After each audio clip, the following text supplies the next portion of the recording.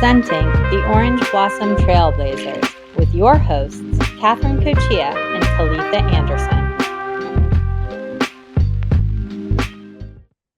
Hi, everyone. Welcome to the season finale of the Orange Blossom Trailblazers. And do I have a good one for you today? In this episode, Peggy O'Neill shares with us a little bit about how she got into dietetics and nutrition, her current role as Vice President of Nutrition and Wellness at Morrison Health, and how you can think about innovative ways for your practice. Management may not have been on your career path bingo card right now, but I think after listening to this episode, it's definitely something you might want to check out. Additionally, we'll learn how she became executive director for the Florida Academy of Nutrition and Dietetics and what that means for us moving forward into the future. So without further ado, I am so excited for you to hear my interview with the one and only Peggy O'Neill. Thank you, Peggy, for joining me today as we talk a little bit about your career and your experience with the Florida Academy of Nutrition and Dietetics. So, as you know, I like to start these interviews asking what made you want to become a registered dietitian? Thank you, Catherine. For me, it was my love of science. I learned early on that biology, anatomy, those kind of things really excited me and were easy for me to understand. And so once I learned about the science of nutrition, it was like, man, this is exactly what I like. This is exactly what I know. Like science made sense to me. And I found nutrition was a very practical way to express science. So I'm a very practical person. I'm also very hands-on, more technical. So for me, science and the nutrition science was an executable science for me. So I loved it and I don't ever regret it. That's amazing. Now, did you know going into college that that's what you wanted to major in, or did you discover it through that experience? Yeah, no, I didn't have that path laid out at all. No, I actually ironically started Miami-Dade Community College with a degree in business. Sort of that was my major. And I thought, well, business makes sense. I like business. I like administration, as you know. But then it became kind of like dry. And I thought, what am I going to do with this? Again, I'm very practical. So through a newsletter at FIU, because I lived closer to FIU, so I would go there sometimes to study. And they had, I want to say it's called The Beacon. It was a newsletter many, many years ago. And I was reading about their PhD program in nutrition. And I thought, well, nutrition sounds really cool. I love food. I love science. So I went to speak to an advisor at Miami-Dade Community College, where I was going at the time.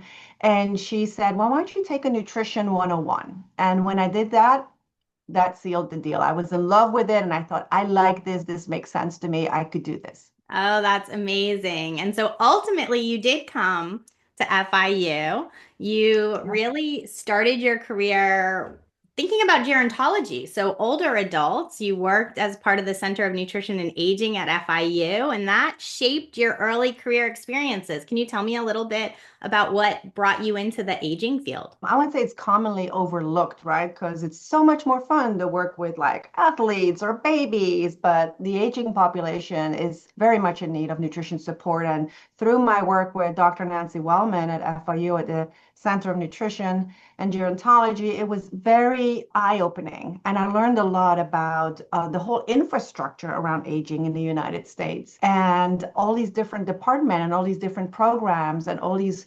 opportunities to really work with a population that couldn't really often make their own decisions for them anymore. Like when you go to a nursing home, you have to eat whatever they serve you. So it really my eyes. I also did a certificate in gerontology, and that was even, further education. And then when I graduated, that's where I first worked. I worked as a dietitian in a long-term care setting in a skilled nursing facility, and I really loved it. I loved that you could see your patients every day, you could make adjustments in their regime, and then you could actually see if it worked or not and continue to work with them. And so to see people come in, underweight, malnourished with wounds, and then nourish them back to being able to walk and talk and don't have any skin issues is really satisfying. I feel you don't always get that in acute care, But in long-term care, you really see your patients doing well with good nutrition interventions. Yeah, I think that's so important, especially as we think about Florida as a state where we have this aging population area of nutrition that not everyone thinks of going in. And I also have to just make the connection for our audience. Dr. Nancy Wellman was also a former Academy of Nutrition and Dietetics president. So as we think about how our leaders have impacted generations of individuals and gotten them into the academy in different ways, that's a really nice linkage right there, thinking about your mentor from your master's. Yeah, she was very instrumental in putting older adult nutrition at the center stage of what we were doing at the time, and it still is. She's a true role model. I love that. So you were working, as you said, in long-term care as a dietitian, and then you transitioned into the independent living systems where you became vice president of nutrition services, and now you are currently vice president of nutrition and wellness at Morrison. Tell me a little bit about your transition. Like, how did you go from being a dietitian working on the front lines to a more management position? And what would you recommend to dietitians that are interested in making a similar transition? Thank you for that question. As I told you before, I really love administration. I'm an organizer and a planner, and so that has always come natural for me. And I like business. I really do like it, which is why I think I started out studying business, but then science took over. So now I have the privilege of doing both. It's the business of nutrition science. So when I worked in a long-term care setting and through Dr. Wellman, she got me connected to independent living systems. They were setting up a post-discharge nutrition program. So I started talking to them, negotiated a job there, and started developing a nutrition education program and then post-discharge meals program. That was for a Medicare, dual eligible Medicare and Medicaid population in Miami-Dade only at the time. It grew enormous. I didn't start out as the VP of Nutrition Services. I was there for a good 6 or 8 years, and I did get promoted. That role was created for me, and that was really interesting. I learned a lot in that job. It was a startup, pretty much. It was generally funded by insurance companies that were local, and then it became a national program. So I had to write policies, I had to create programs. There was really no infrastructure. So that taught me a lot. It really did. And from there, I did feel a little stuck at some point, like, where else am I going to go from this? How can I continue to grow and develop? And by chance, I got to talk to a recruiter for Morrison Healthcare who kept asking me, like, well, this is really interesting. Aren't you interested in our VP of Nutrition and Wellness position? And I was like, let me see. So then the more I spoke to her, the more I realized that was really a great opportunity for me to bring my skill level and my learning opportunities to like a national level, because Morrison Healthcare is a national organization. And at one point, I made the big leap and I said, yes, I will do it. And my children were young and that required more travel. So it was a lot of coordinating, but a decision that I don't ever regret. It was very uplifting career-wise as well to just kind of get to that national level. So what would I recommend other students or dietitians who have this interest to do? I feel oftentimes dietitians are a little bit scared if they don't really fully understand every little step in the new role. And I would recommend that you figure it out. I figured it out. There are lots of resources today, even more than ever, between AI and anything else on the World Wide Web. You can have it write your policies, you can have it write your programs. So it's a lot easier, I feel, this day to fill in the blanks for the minutia thing. Whereas what you really need to bring to the table is your creative and leadership strategic thinking. That's what we're going to make a difference as we're great. We have great work ethics as dietitians. We have great understanding of nutrition science, and we're great administrators. I think we all are. We're just very organized and pragmatic in that way.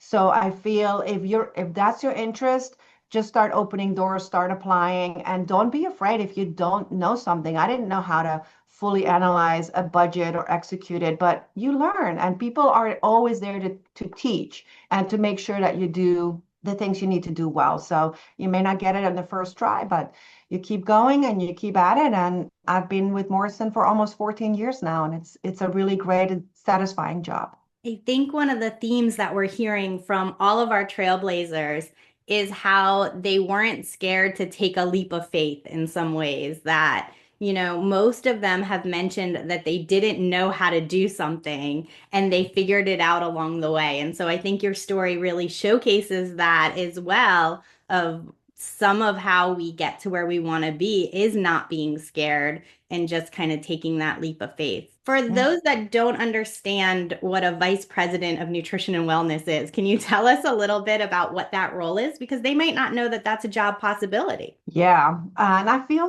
those opportunities are growing. So there are going to be more of them in the future and in present day. A vice president of nutrition and wellness really has oversight of the department. So in my team, I have five different departments. One that does all the clinical nutrition things that we're all familiar with in acute care. They make sure that those dietitians are onboarded properly, hired properly, that they keep training, they keep up with their CEUs, that they're competent in the areas that they work in. That's a whole one big team. I have a team that does all population health and sustainability issues because we also have clients who want specific programs around sustainability commitments, no foam, no single-use plastic. So that's a bit of a niche for us, but we do work obviously with culinary and the procurement department to make sure we get those things done properly. I also have oversight over regulatory and standardization. As dietitians, we understand the regulations so well, we're so trained on it that we make great leaders in the regulatory department. Obviously, we're not all experts in all areas of our business, but we, again, through our administrative leadership, we own our piece, and then we work with all of our other department heads and subject matter experts to update our policies every year.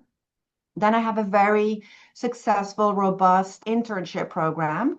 And obviously, we hire roughly 2,500 dietitians on our own payroll, and we manage another 1,500 that are paid by the hospital, but they do follow our programs, our protocols, our policies. So we have oversight of roughly 4,000 dietitians. So the internship is a great way for us to recruit students from all over the country, place them wherever they would like to be, because we have a footprint between each coastline, and create a phenomenal pipeline of dietitians, because it's hard these days to find dietitians. And then you have to train them, then you have to, do all these things. So if you train an intern and then you have an open position, it is so much easier to transition that into your team. And, their learning curve is not as steep as somebody who maybe you hire from the outside. So we're very proud of that program. And then I have a whole team of what we call a nutrition resource team, and they manage remote nutrition services. So a little bit of outpatient, we do mostly inpatient, where if you see a lot of remote telehealth, it's all outpatient services, we do inpatient. So if somebody has an opening for a short period of time and they need some coverage before they hire a new person, we will find a way to cover for them remotely. So that helps a lot. So you don't have a shortage or have the rest of the dietitians try to cover for that one or two people that are not available. So that also reduces our burnout. So we've been able to really do that very well. So that's the team in a nutshell. But then the other thing that I do is obviously, manage the finances, make sure everybody has the correct budget, that they're staying on budget, that they have the resources they need. It's a lot of leadership development. It's making sure that my team also feels like they have the opportunity to continue to develop in their role in the career. We just had a couple of great promotions from my team into regional vice presidents. And so that gave us the opportunity to promote people from within to her role. So it's a lot of management, administration, budget, but also leadership, which is what I really like, and making sure that my team and the people that are all connected to it have the right resources to be successful. Because ultimately, that's my job, to make sure that everybody who does their job has resources and training and support to be successful. I love that. And it sounds like such a big job. And our students should pay lots of attention in their management classes because Yeah. this could be a future career path for them. So, in addition to that very large job where you're doing lots of different things, you are also president of Dietitians for Dietitians, which I understand is a nonprofit organization that helps dietetic students prepare for their exams. Can you tell me a little bit about that organization as well as your involvement? Yes, thank you for that question because that's my passion project. So a few years ago, I took a entrepreneurial training class only because, I'm just curious about everything. I have no desire to be a private practice dietitian, but I do work with a lot of private practice dietitians, or a lot of students want to be private practice dietitians. So I wanted to learn more about it and took a course. And through that course, we were encouraged to do sort of like a community program, a giving back kind of opportunity. And we started talking. It was right at the end of the pandemic when we were short a lot of dietitians and where students were just struggling to pass their RDN exam. And so, luckily for us, one of the team members at the time had started her own RDN exam training. She herself took it multiple times. Then she passed it and she started supporting people, and it grew into a business opportunity for her. And that's the spirit that I like. I like people to think outside the box and take an opportunity and do something with it. So we formed an infrastructure with about 6 founding dietitians, and we call it Dietitians for Dietitians, where we ask for support, financial support from the field to help our incoming dietitians and partner them up with the organization that we know has a very high success rate in having their students pass the RD exam. And then we also cover a one-time RDN exam cost for them. Because in essence, our philosophy is that if you take this training, you'll only take it once, and so we'll reimburse you for that one exam. And we've had good success rate. It's been, slow moving. It's a lot of work, and I'm involved in a lot of different things, so we don't always get to do everything the way we initially set it out, but it is still thriving. It's still moving forward. We have a webinar coming up where we're trying to make some money for another scholarship. We've issued 2 scholarships so far. It's near and dear to me because I know students work so hard to get through all of their education. They have to pay to get their practicum. And then they say, okay, my last step is this exam. And then they keep stumbling and stumbling. And it's like they take it 4, 5, 6 times. And I'm like, okay, we got to get them connected with the right training so they don't have to keep, because it's deflating. It's deflating, and you can't really work as an independent dietitian anywhere if you haven't passed that exam. And so the longer you delay it, the longer you delay being proactive and active in our industry. And so from a business point of view, working at Morrison, we need more dietitians and more students to just pass that exam. And on the flip side, I feel like students just need that little oomph, like, let me get you in touch with the right structure of training and learning and addressing test anxiety, because some of it is just anxiety and getting in your head about what's all going to happen when you don't pass. But that's not what you need to focus on. You need to focus on what's on this exam and how to answer that question. From a student perspective, I just feel like we need to give them that little support from people like ourselves who've had the opportunity to do it and be in the industry. So I really feel preceptors as well. Somebody took the time out of their busy schedule to train me. And so I challenge and encourage preceptors or people in the field all the time to be a preceptor, because that's paying it forward. Somebody took the time out of their busy schedule to train you. It is your time and your turn to give that back and train those students to become successful dietitians. Absolutely. I think that we have some amazing preceptors in the state that helped us get to where we want to be, and that exam is a scary thing. I remember taking that exam and I drove up to Valdosta to take my RD exam because it wasn't being offered in Florida and there was a hurricane that weekend, so there was no gas to get to Valdosta. It was a whole thing. So I definitely remember the stress of preparing and getting ready for the exam and taking the exam. So knowing that there are resources for students to kind of help them through some of those issues. Do you remember when you took your exam? Yeah, absolutely. I only took it once, thank God. I don't know if I go back another time. And actually, I had just started my master's training. So I did my bachelor's at FIU. Then I started working with Dr. Wellman. And so I didn't really have that need in my head to just take the exam. I was like, oh, I'm not really going to work until I graduate with my master's. And then my internship director saw me at the Center on Aging and said, how come you haven't taken your exam? I was like, well, I kind of felt like I didn't need to. I'm doing my master's right now. When I'm finished with that, I'll take it.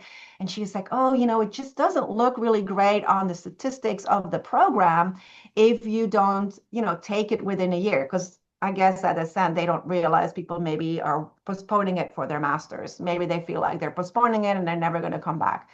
So I was like, okay, I'll take it. So Dr. Tanya Rivera, who's teaching at FIU right now, and Theodore Chester had developed a training program. Now, I didn't actually get to take their full training program. I did get to take some of their classes, but I took their materials and the materials from Dr. Nancy Collins, who got her PhD at FIU, and I studied with that. I mean, religiously.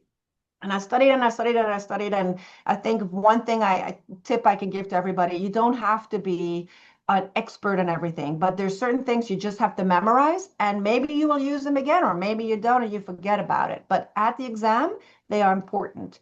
And so I just memorized a bunch of formulas and programs and things that they had identified as important. And I took it and I passed that exam. And I'm not sure if I could pass it again today. I would have to study really hard too. But that's it. It's just temporary. Just try to cram in as much as you can so you can answer all the questions. And then your career will take you in whichever direction it will take you. You're going to go in food service, great. Yeah, there's a lot of food service on it. You know your stuff. You're going to go in clinical, you go in community, even research and academia.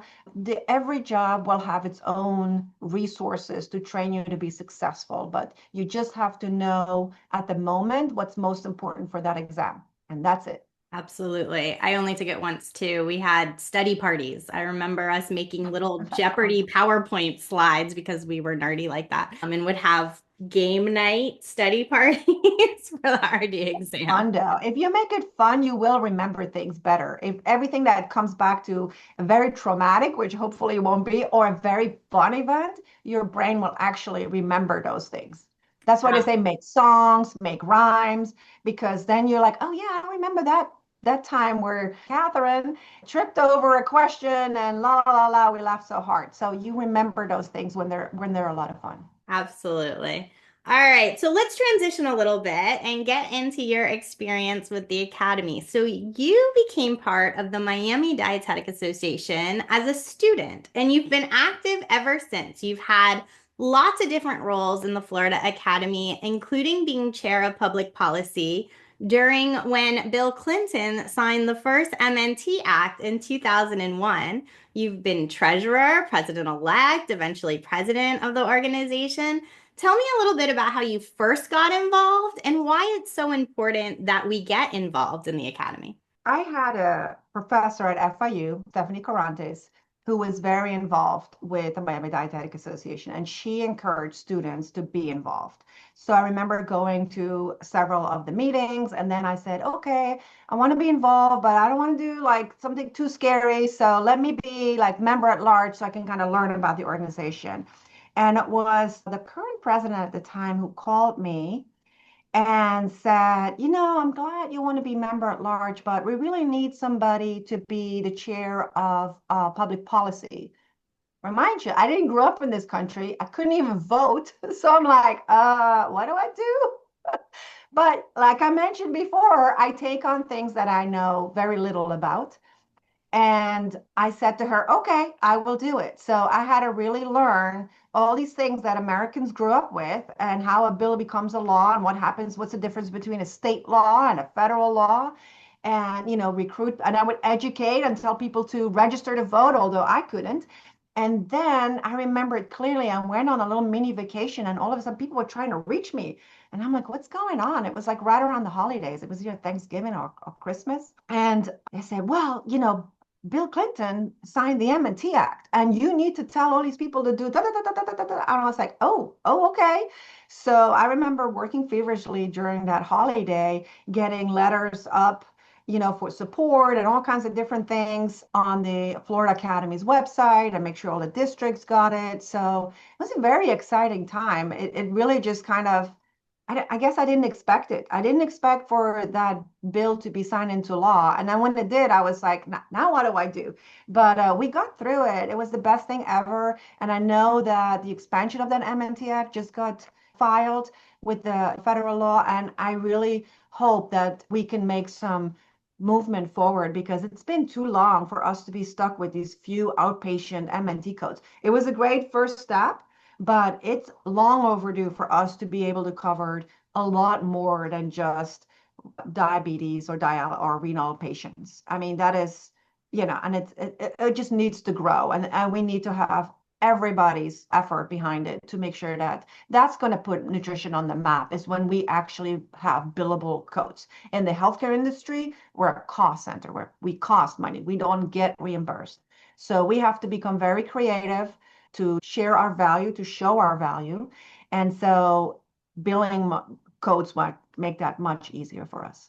Yeah, absolutely. It must have been such a surreal experience Yeah. to jump into that team. Again, I love coming from a different country, having to learn all of the little nuances of public policy. And I'll say, even for those that are from this country, remembering all your government classes when you're working with public policy can be Yeah. a challenge. So you are learning it from the beginning to be part of that group. Considering that you've been part of the academy for so many years and such an active part of the academy for so many years, why do you think it's important that others might step into those roles? First of all, it really expands your knowledge and your network of people on what they do. So if you think you know one thing about nutrition, you only know one thing about nutrition. When you start talking to other people that do other roles, that use their nutrition talent in different ways, your horizon just expands and opens up on,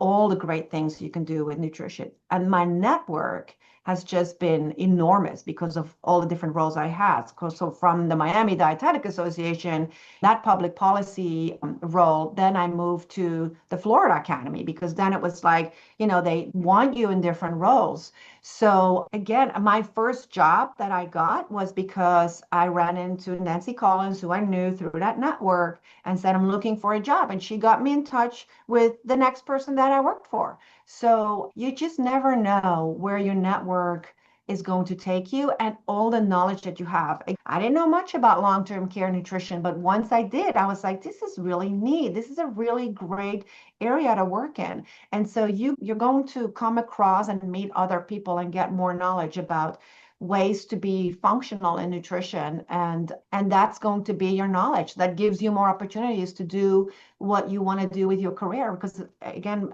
nutrition is a very practical degree. You can apply in many different settings. In thinking about your work in the Public Policy Committee, I'm going to fast forward us to 2019. Now, one of the things we've been talking about in many of these episodes is our licensure law, the importance of our licensure law, and how hard we fought to get that licensure law. But in 2019, there was a lawsuit that was brought to the United States District Court in the North District of Florida in the Pensacola Division. And what happened was that the CrossFit trainer and health coach, Heather Del Castillo, Yeah. and the Institute of Justice, which is a group that opposes occupational licensure in general, were arguing that our state law was unconstitutional restriction of speech under the First Amendment. So they were basically saying that this licensure law shouldn't exist because it's restricting people's speech. And ultimately, the courts upheld our law, and then they did an appeal. The courts continued to upheld the law, and then they actually tried to go to the Supreme Court, who refused to hear the case. But as a result, in 2020, the CrossFit affiliates, along with some others, introduced new legislation, which was the Occupational Freedom and Opportunity Act, which ended up permitting CrossFit trainers across the state to provide nutritional guidance because it changed our licensure law to allow any individual to provide obesity and weight loss counseling for remuneration as long as they don't use our protected title, and that only a licensed dietitian and nutritionist can provide nutrition counseling for remuneration for individuals under the direct care and supervision of a medical doctor for a disease or medical condition requiring nutrition intervention.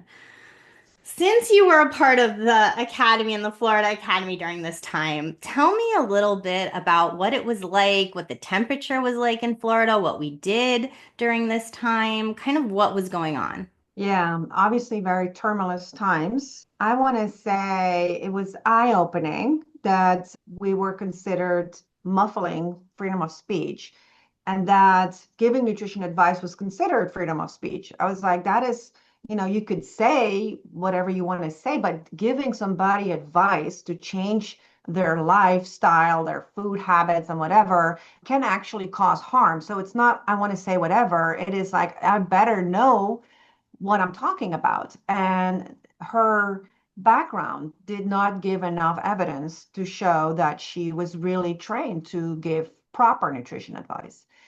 And so we had this argument, and that kind of shuffled our law a little bit, our Practice Act, about, what is considered medical nutrition therapy, and that should go to dietitians. And then other practitioners of nutrition would have the right to give general nutrition advice, things that you can find in a book, online, and these kind of things. In my point of view, it caused more confusion because then how do they really know what medical nutrition therapy is since they're not experts in it? How would they know when to really refer to a dietitian? And how would they even know about this Practice Act? Because they're not licensed. So somebody in a CrossFit facility may not necessarily know about licensed dietitians and when to actually refer people to a licensed and or registered dietitian. So it was a difficult time. I think we did the best we can at that moment to make sure our Practice Act didn't just implode and go away completely. And sometimes, you'll see through the history of our Practice Act how it got modified is that sometimes it looks like it created more loopholes, but it was either that or the initial suggestion from a state representative was that we didn't need to be licensed at all, that anybody could give nutrition advice. So we called in the subject matter experts. Many of them were on your podcast, and they all went to Tallahassee and testified that, there can be great harm caused by all good intentions to just give nutrition advice, but you don't know what medication people are on, what chronic conditions they have, acute flare-ups. There is a whole reason that we are specialized in nutrition science, and just knowing the bare minimum on nutrition is not going to give you that insight, and you may unintentionally cause harm or death. And that's what we shared with them. Like that, I know people always think like, oh, it's just about, eating an apple a day. It really isn't. There's a lot more complexity to it.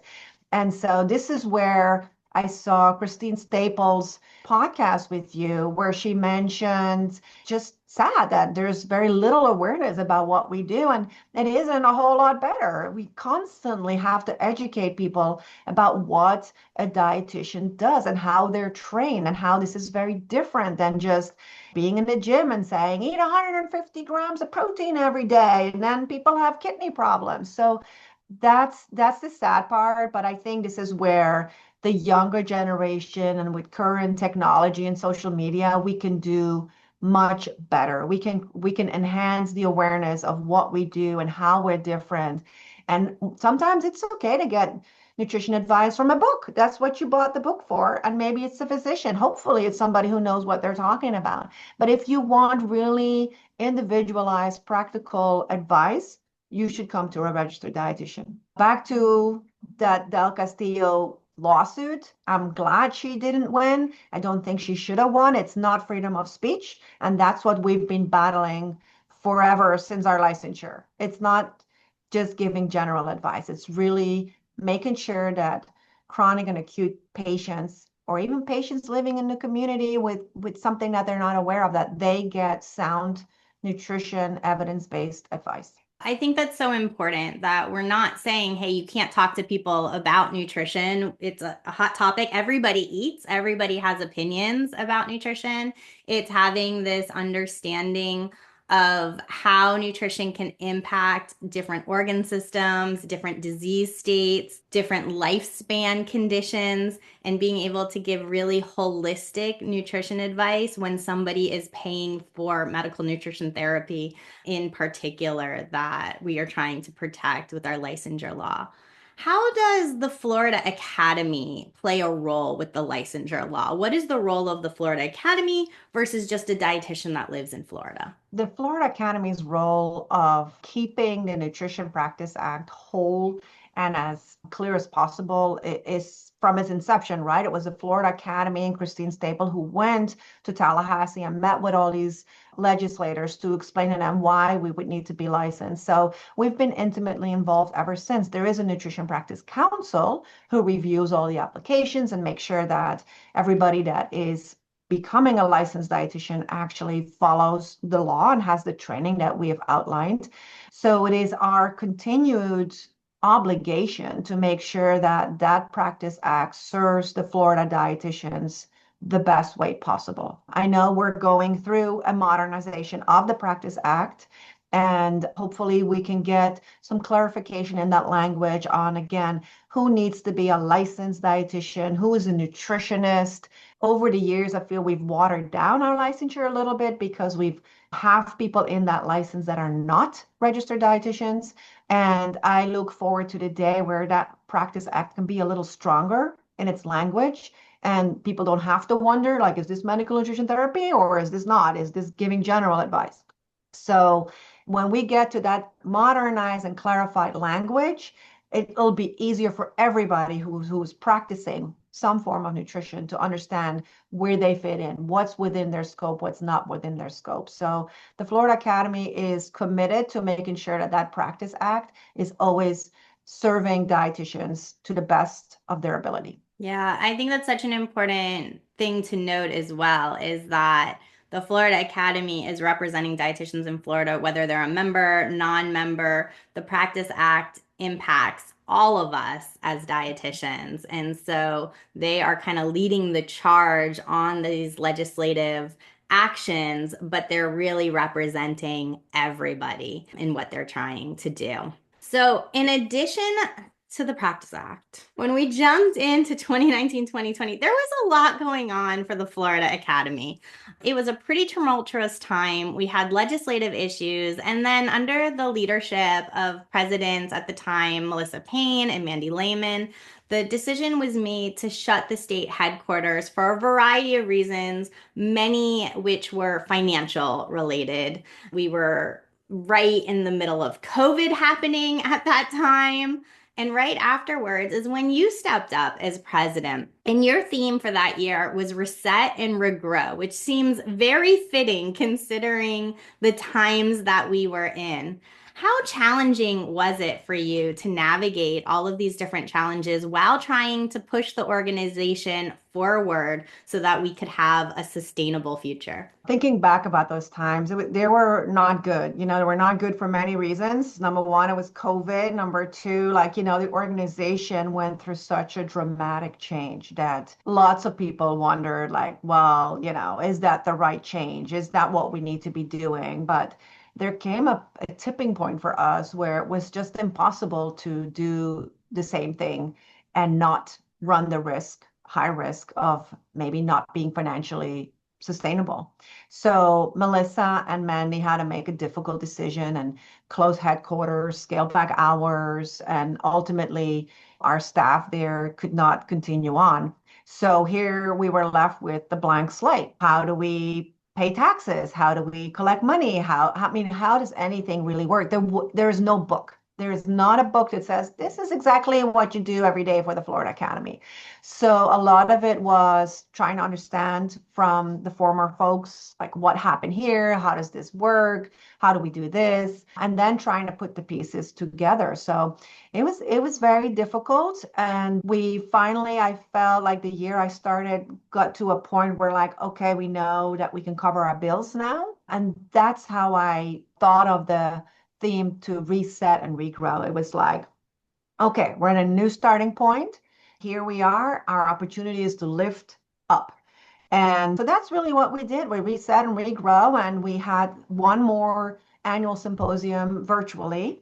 And we were rebranding, we were trying to restructure, we updated our website, our diet manual website. There were a lot of new things that came, not just in my presidency, but like right before that. And this really, it was kind of reinventing the Florida Academy's structure. How were we going to function? What was going to be meaningful to our members? Still, a lot of people want to do virtual.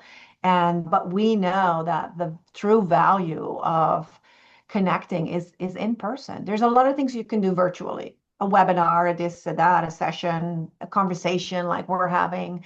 But there is something to be said for meeting in person. The lasting impact of meeting somebody in person is tremendously different from just meeting somebody online or through an email or, those kind of things. So our goal was to kind of go back, not necessarily to where we were before, because I don't think anything is exactly the way it was before the pandemic, but to a productive, constructive environment where we are able to continue to give our members the things that are most meaningful to them. In-person meetings, annual symposiums, webinars, awards, recognition, sharing information. I love that we resurrected the Orange Blossom and come back with like, what are we doing? Because a lot of times everything is so far back. It's an email here, even in the weekly updates, we can't share everything we're doing. And so much has been done and is continued to be done. So the Orange Blossom gives a little bit more depth to all the hard work that we've been doing since the pandemic, since things imploded. We had no more staff, no one to organize things for us. It was all volunteer run.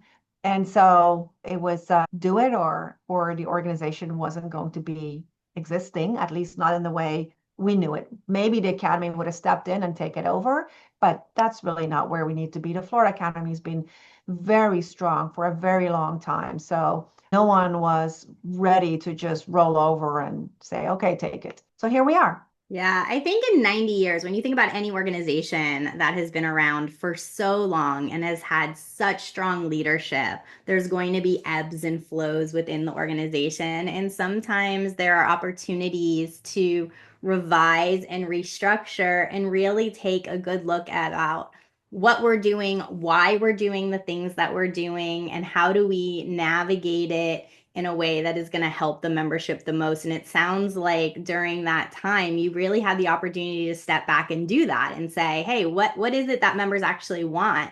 And I know that over the last couple of years, that has been a continued conversation in the Florida Academy. What is our role here? Is it just to provide CEUs? I don't think so. Is it just to provide information? Back when they started the organization, that's what it really was, right? Is how people got information about the field of dietetics. But we're now in 2025 and we have the internet and we have all kinds of other ways that we get information. So, what is the role of the Florida Academy? Now, throughout that transition, you went from being president to now supporting the Florida Academy as the executive director. So tell me a little bit about that transition, your role in the Florida Academy, and how you see us changing as we move forward into the future, past year 90. Yeah, it was I almost want to say like a natural development.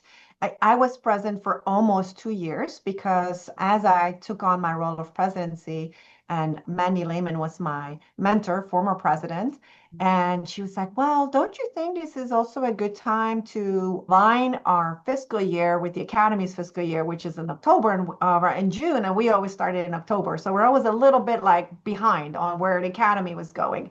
So I was like, well, I guess this is the right time because it is difficult to do that.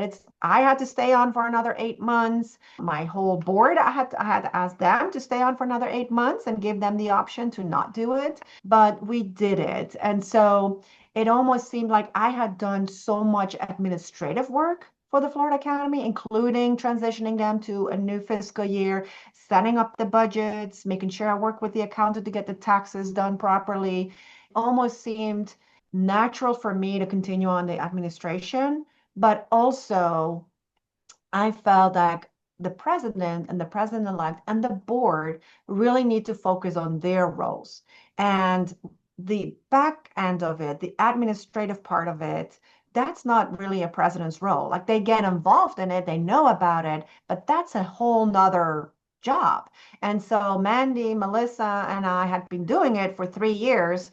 And we also felt like nobody wanted to sign up to be president to say, sure, I'll be the president and your executive director of such a large organization. And so we felt it wasn't really fair to them to have to do all of that because then we're not going to have any candidates, and it needed to be separated. Like you needed to say this is an administrative role, this is the job of the president. They lead the academy forward, they engage with members, they help with a lot of different things, but it's not the day to day. And that's what I felt I could continue to do for the Florida Academy, is be the middleman between the Florida Academy and the National Academy, toward did some of the day-to-day tasks, an email, support the annual symposium. That's a big event. And so it wouldn't be fair or even possible for somebody to be full-time president and full-time set up a whole event like that. Ours are big and they're continuing to grow to the area of where we were pre-pandemic.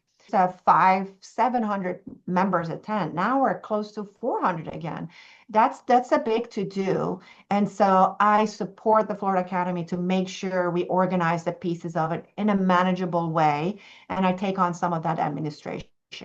And I feel that's been very helpful for the Florida Academy to really continue to focus on what's, again, meaningful for the members and allows us to grow in the direction we want to grow into. We know overall membership is down across the nation.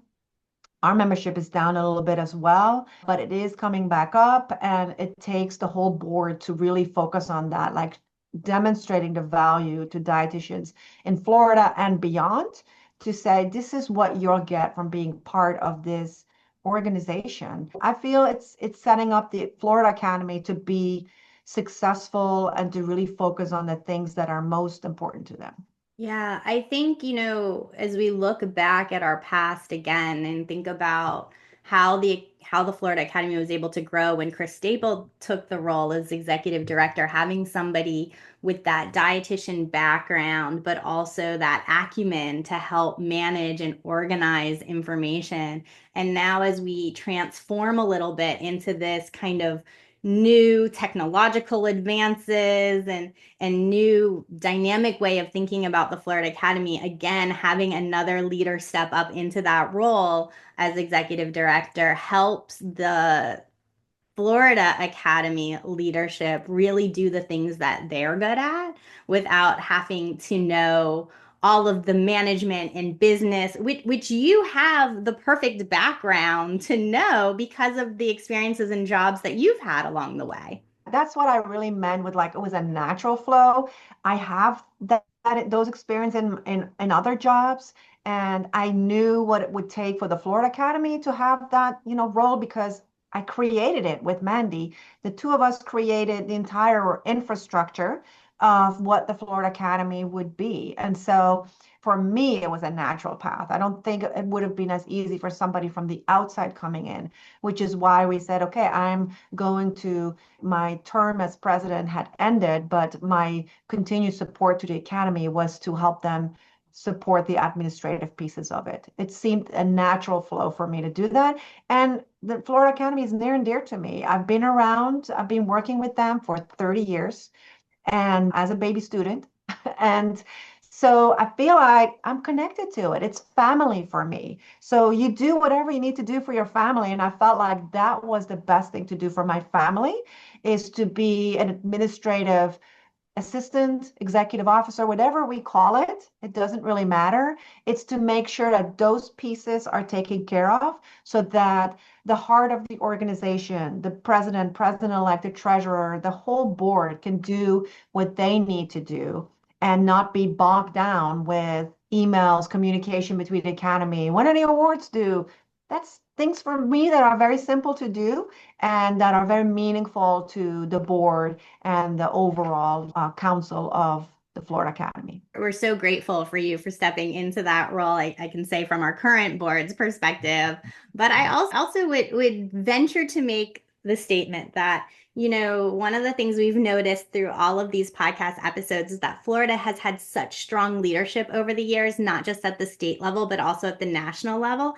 And I Mm. think that part of that is due to Chris Staple and now you being able to support the Florida Academy in this way so that our Florida leaders can develop those strong leadership skills and move forward to support the Academy at the national level also. So I think sometimes we don't talk enough about the people behind the scenes that make all of these things happen. And again, I think we talked about it with Chris Staple and how she's been able to impact our profession in such a meaningful way. And I think that, you're doing that now in this future perspective as well. Thank you, Catherine. Chris was obviously a great mentor. I didn't grow up to say, I want to be executive director of the Florida Academy. But when things shuffled around and the opportunity was there to make that contribution, I had no doubt in my mind that I would be willing and able to do it. And Christine,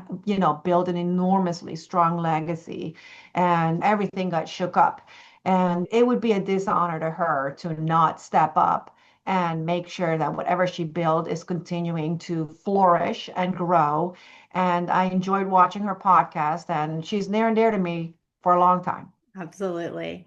All right. So as we reflect, what role, you've already said the Florida Academy is your family, it's your home, it's near and dear to your heart. What role would you say it's had on you in your career? Wow. Again, I mean, I could start with the network of people it provided to me, gave me an opportunity to get my first job, and then, expanding from there. So it has taught me a lot about what dietitians do in different areas. Because if you just go to your one job, you just know your one job and those dietitians, or you might attend a meeting and you might meet somebody new. But if you're really involved in your local and state affiliate, and even at the national level, the network of people, the communication and the connections that you make with those people are going to just broaden your horizon. So I feel the Florida Academy has had a strong impact on my entire career, even knowing legislation, going from the Miami Dietetic Association to then Florida Dietetic Association to become their legislative chair and just kind of all of a sudden you're spearheading legislation and laws and things that get passed, somehow. So you're like, oh my God. It also develops confidence in what you're doing, with your ability. It builds leadership skills. I had to now talk to an audience about a topic that I really wasn't born into, that I had to learn to explain to people who might not know anything about it or who might know more about it. And so that's intimidating. And when you get through those experiences, you can just about get through anything. So it really develops a life skill for your personal and your professional development. And that I'm forever grateful for, to the Florida Academy, Miami Dietetic Association at the time, and all the jobs that I've had. They really continue to develop you. And as we come to a close today, what is your hope for the future of dietetics across the state? Across the states, I hope that we continue to demonstrate our value, our skill, and our knowledge, and that we will be allowed to practice in the way that we should be, top of scope. Dietitians should be, if you're in a clinical role, should be able to do many things that maybe weren't doing 10 years ago. Nasogastric tube placement, just taking simple things like blood pressure and blood sugar, like that wasn't part of the dietitian scope. So my hope is that we continue to practice at the top of our scope, that we allow our dietitians to be acknowledged and awarded for the skill and the meaningful contributions that they bring to the people in Florida and beyond. Thank you, Peggy, for participating in this project. We really appreciated talking to you today. Thank you for having me, Catherine. It's my distinct honor to be here and be recognized as one of the past presidents. Well, I told you it was going to be a great episode, didn't I? There was so much to learn from Peggy O'Neill about all of the different types of things you can do as a dietitian. And again, I think that her story really matches what we've been saying for the last several podcast episodes. Don't be scared to try new things and to jump into different roles, because you never know where you're going to end up and how the experiences that you're having will impact your future. And Peggy was a great demonstration of that throughout her career, of just saying yes and figuring it out along the way. I have learned so much from this season of podcasts, going all the way back to Susan Himberg and how the Department of Dietetics and Nutrition was formed at Florida International University, her experience with mentoring students and increasing diversity within the field, to learning from Dr. Caldwell and Christine Staple about our licensure law and how we were able to establish that. Thinking about media with Dr. Kathy Christie and how media has played such a role in explaining to people who we are and what we do. Talking to Lucille Bessler about the importance of insurance reimbursement for medical nutrition therapy, and again, leadership in many different forms. Thinking about our name change with Dr. Judith Rodriguez and how simple words can actually transform how we think about an entire profession. And really looking forward to the future with Peggy O'Neill, and how, again, we're able to jump in, maybe not knowing all the details yet, but really think about how we can innovate in this new upcoming decade for the Florida Academy. Our Trailblazers have taught us so much over these episodes. I really hope you've been enjoying them as much as I have and have learned as much as I have through this process. Don't forget to like, comment, and subscribe. And with that being said, thank you for joining us for season 1 of the Orange Blossom Trailblazers.